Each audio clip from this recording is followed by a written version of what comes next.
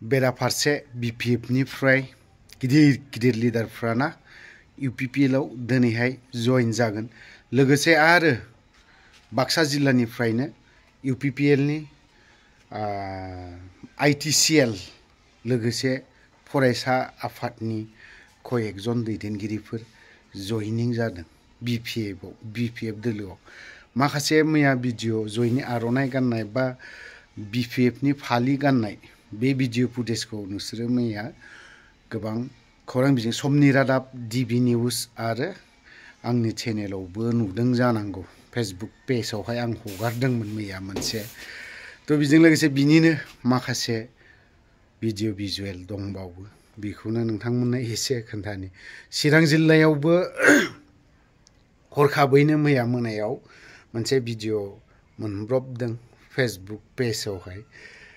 BPF दोलोनिफ्राय बा बिथांमोनखौ expel खालामनाय, एन्टि एक्टिभिटिस खामानि मावनायनि थाखाय ना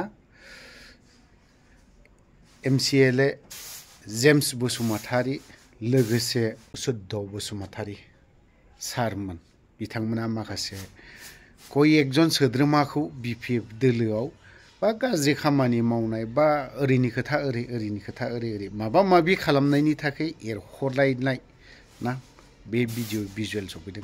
नायना लानि एसे। दुलाराय फरायसा आफादाव थानानै गोबां खामानि मावबोबाय।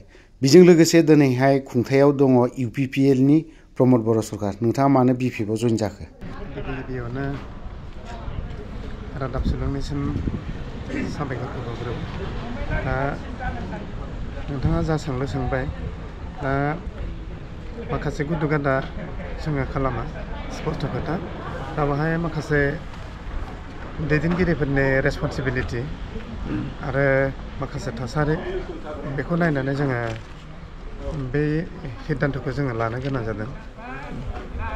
दा बेहाय माखासे सम जोङो जिखिनि संग्राम खालामबोदोंमोन, जाय संग्राम खालामबोनायाव माखासे रायजो राजाजों थानानै जोङो गोलाव सम आन्दलनखौ खालामबोदोंमोन, जेरावनाखि जोंनि माखासे ओनसोलफ्रा माने आन्डार डेभेलप कमिउनिकेसननि बिथिङाव गोबां आन्डार डेभेलप जाना दङमोन।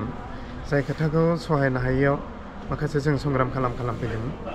दा दिनैनि बे मोजां बुब्लियाव जोङो आसा खालामदोंमोन, रायजो राजाफ्रा आसा खालामदोंमोन, बे इनफ्रास्ट्राक्चारा कमिउनिकेसनफ्रा बारा थिग जायाखै, जायनि थाखाय जोङो गोबां खोथा खोनासंनांनो हागौ, जाय खोथाखौ जोङो सानबाय दङमोन, जायनि थाखाय जोङो दिनै बे सिद्धान्तखौ लानो गोनां जादों। फैबाय थानाय समाव बिपिएफखौ सरकाराव फैफिनगोन होननानै नोंथांमोना आसा खालामदों नामा? जोङोथ' आसायाथ' थागोन। जेनेबा जोङो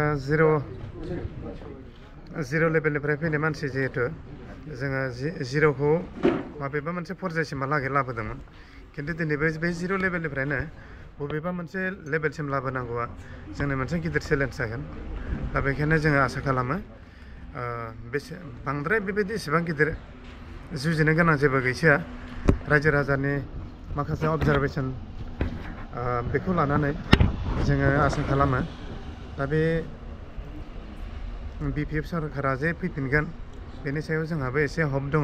जोङो बिपिएफनि साफा सोद्रोमा जादोंब्लाबो जों बेखौनो खावलायगोन, जोङो माखासे सम रायजो राजाजों थानानै खामानिखौ जोङो मावबोदों जिहेथु, दा दिनैसिमहालागै रायजो राजाजों जोंहा सोमोन्दोआ थागोन।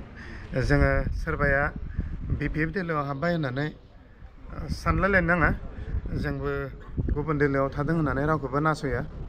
जोङो बयजोंबो बेबायदिनो मिलिजुलि रायजोनि गेजेरावनो थानानै खामानि मावबोनाय हिसाबै रायजोजों थानानै जों खामानिखौ मावबाय थागोन। जोङो जेसेखि हागौ सोरनिबा मावनाय मावैखौ जोङो जेबो बुंनाय जानाय नङा। जोंनि लक्ष्य आरो उद्देश्यखौ लानानै जोङो जा मोनसे हप खालामना फैदों, जोंनि बिटिआर ओनसोलनि खना खनला ओनसोलनि माखासे कमिउनिकेसन इनफ्रास्ट्राक्चारफोरा जानांगोन, जों बेखौ लाना सिन्था खालामना फैदों जिहेथु। दा बेवहाय रायजो राजाफोराबो सानलायलायनो गोनां गैया जे आमुखाया उमुखाव थांबाय, बेखौ माथो होनाङा, रायलायनो नाङा। दा बेबायदि हयथ' जोंनियाव थानाय नङा। गोबाङाबो बेबायदिनो कल खालामनानै बेबायदि बुंबाय, माने पार्सनेलि जेबो जों रिलेसनफ्रा गाज्रि जानाय नङा, आं बेखौ आसा खालामो।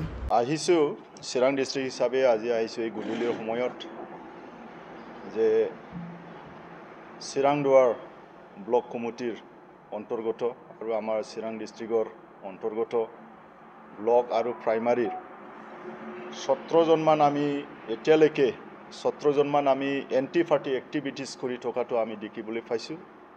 তো সেইটো কাৰণে এইটো টাইমত আমি এইসকল আমাৰ কৰ্মী যি কৰ্মী আছিলে ইমান এক্টিভ কৰ্মীও নাছিলে তেখেতসকলে, তথাপিও আমি দেখিছোঁ যে এণ্টি পাৰ্টি এক্টিভিটিছ কৰি থকাটো আমি দেখিছোঁ। সেইটো কাৰণে আমি চিৰাং ডিষ্ট্ৰিক্ট ফালৰ পৰা এই আমাৰ কৰ্মীসকলক আমি আজি মানে এক্সপেল কৰিব বিচাৰিছোঁ।